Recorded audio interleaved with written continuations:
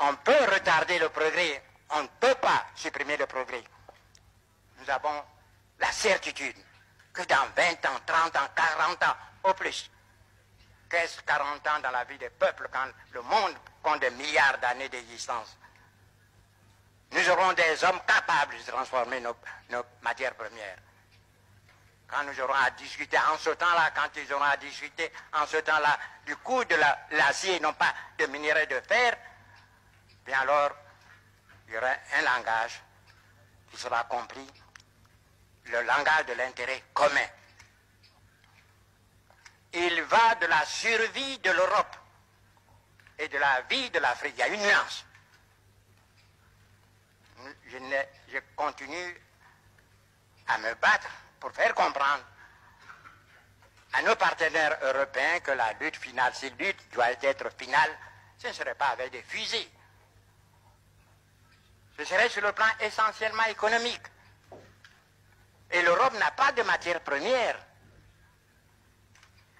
Les Américains en ont, mais pas en quantité suffisante pour en céder à leurs frères et leurs alliés européens. L'Asie, la question n'intéresse pas, je ne vais pas rentrer dans certains secrets, dans certaines confidences.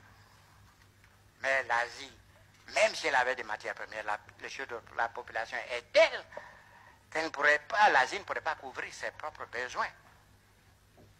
L'Amérique latine, c'est la situation qui prévaut depuis des siècles dans cette partie de l'Amérique. Victime aussi de l'exploitation des mêmes groupes économiques financiers puissants,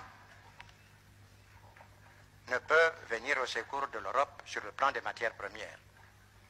Il n'y a que nous, l'Afrique, de loin, le grand propriétaire des matières premières. Nous recelons. L'Afrique n'est pas suffisamment prospectée. Mais on peut admettre sans crainte de moindre démenti que nous sommes les premiers pour le faire, les premiers pour les bauxites. Quand on pense qu'en Guinée, il y a des siècles de réserves de bauxite,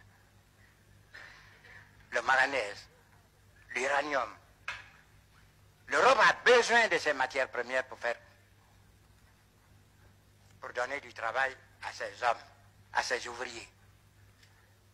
Imaginez-vous la pauvreté se généralisant, la révolte des jeunes exploités par d'autres. Permettez-moi de ne pas aller loin dans ma pensée.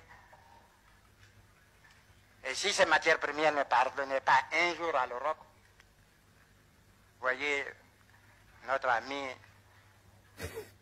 à faire face à 1 million ou 2 millions de chômeurs, et ce n'est pas facile de régler cela, malgré leur bonne volonté, ils y arriveront. Mais si l'Europe venait à être privée de matières premières, c'est le chômage généralisé et qui conduira où, vous le savez vous-même. On n'aura pas besoin de tirer un coup de fusil.